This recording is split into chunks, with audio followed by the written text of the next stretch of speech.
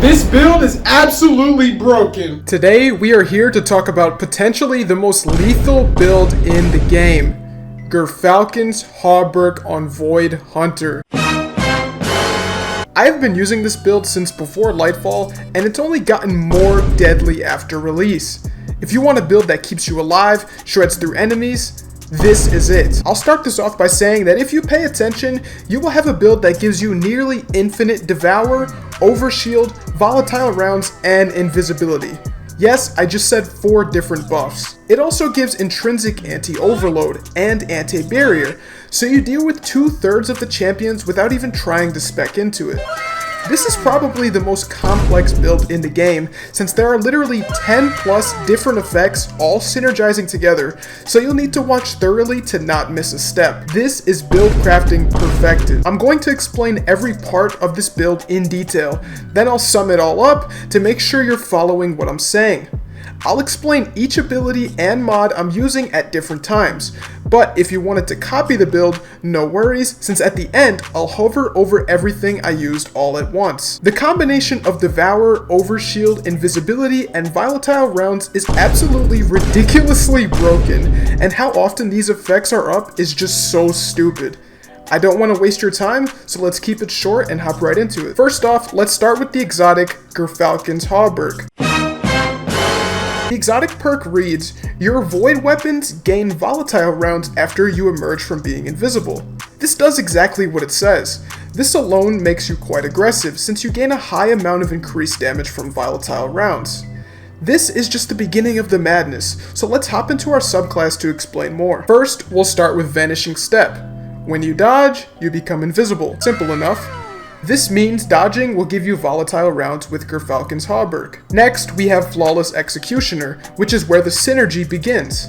This states that defeating a volatile enemy will make you invisible. This means that after you dodge, any kill with your void weapon also makes you invisible. With this one synergy, you essentially have infinite invisibility and volatile rounds so long as there are enemies to kill. Now we'll talk about fragments, where some more of the magic starts to happen. First of all, we have Echo of Starvation. This gives you Devour when picking up a Void Breach or Orb of Power. Devour brings you back to full HP after getting a kill. Now with this build, we have several ways to get Orbs of Power and Void Breaches. For Orbs of Power, we have Firepower, which spawns an Orb of Power for grenade kills. We also have Reaper, which spawns an Orb of Power for getting a kill after dodging. Then we have Harmonic Siphon, which gives an Orb of Power for getting multi-kills on Void weapons. The easiest of them all, though, is spawning Void Breaches, which we will do with Echo of Cessation. With this fragment, every volatile enemy we kill will spawn a Void Breach, giving us Devour. Now let's summarize what we have so far. We go invisible with Vanishing Step, which gives us volatile rounds on our Void weapons. Killing an enemy with volatile activates Stylish Executioner, making us invisible again, and also spawns a Void Breach thanks to Echo of Cessation, and an Orb of Power from Reaper, both of which give us Devour thanks to Echo of Starvation. Hopefully that makes sense. Next, we'll slap on Echo of Persistence, which makes our Devour, Invisibility, and Overshields last longer. You might be asking yourself, how are we getting Overshields? Just wait a second, we'll get there soon. First, we will talk about the last fragment, which leads us to another component of our gameplay loop, Finishers. Do you remember Echo of Cessation? Well, it has a secondary effect besides spawning Void Breaches. Echo of Cessation reads, Finisher final blows create a burst of void damage that causes nearby enemies to become volatile. This is fantastic for ad clear and also synergizes excellently with Echo of Obscurity, which makes you invisible when finishing an enemy. This finisher side of the gameplay loop gives you an out if an enemy gets low, which is great for the ease of use of this build. With this side of the build, you'll essentially want to finish every enemy you can. However, this isn't where the finisher synergies end. Let's hop back to Gyrfalcon's Hauberk. As you can see, the exotic has a secondary perk. It reads, when you are invisible and defeat an enemy while using a finisher, all of your weapons gain bonus damage. Also, you and nearby allies gain Reserve Overshield. This means that when finishing an enemy while invisible, all you need to do is dodge again, and you'll get an overshield whenever you decide to activate it. You also get bonus damage after completing the finisher for absolutely no reason. However, this again isn't where the finisher synergy ends. Do you remember how we have 3 different ways to spawn orbs of power? Well, these not only give us devour, but give us an armor charge. We will use these armor charges to make our finishers more effective. First of all, be sure to use charged up and stacks on stacks. Charged up allows you to store more armor charge, and stacks on stacks makes it so each orb you pick up gives you double the armor charge. Now that we have armor charge, we can activate Bulwark Finisher. With this, we will get an overshield for finishing enemies. So now we have 2 ways to get overshield. However, I've only explained the more complicated backup overshield options. We have a way easier way to spam overshields. But before we get into that, I'll summarize the build once more since that was quite a lot. First, we dodge to go invisible. Then, we kill an enemy with a void weapon, which makes them volatile. When they die, they spawn a void breach and an orb of power. This gives us devour and 2 armor charges. Next, we'll throw a grenade to get another orb of power for armor charge. This gives us 2 more armor charges. Now, the next enemy we finish will get an overshield, reproc our devour, and turn invisible, which gives us more volatile to continue the cycle. You may have noticed we didn't activate the second perk of Gyrfalcon's Hauberk. This is because most of the time, you will not be finishing an enemy while invisible. The second perk is nice and will happen sometimes, but isn't a major part of the gameplay loop. Now be sure to use Proximity Ward, which gives you an overshield while in your finishing animation. This guarantees the finish, which you will be spamming as often as you can. Now you're wondering about overshield, so with that, let's get into our next step, our weapon of choice. The perk that makes this build an overshield spamming machine is Repulsor Brace. Repulsor Brace reads, defeating a void debuff target grants an overshield. This means as long as you kill a volatile opponent with the Repulsor Brace weapon, you will get an overshield. With this weapon, our build becomes essentially unkillable. We now have access to infinite devour, overshield, invisibility, and volatile. Now the best weapon in the game for Repulsor Brace is Hollow Denial. Unfortunately, if you did not grind this weapon last season, it is no longer available.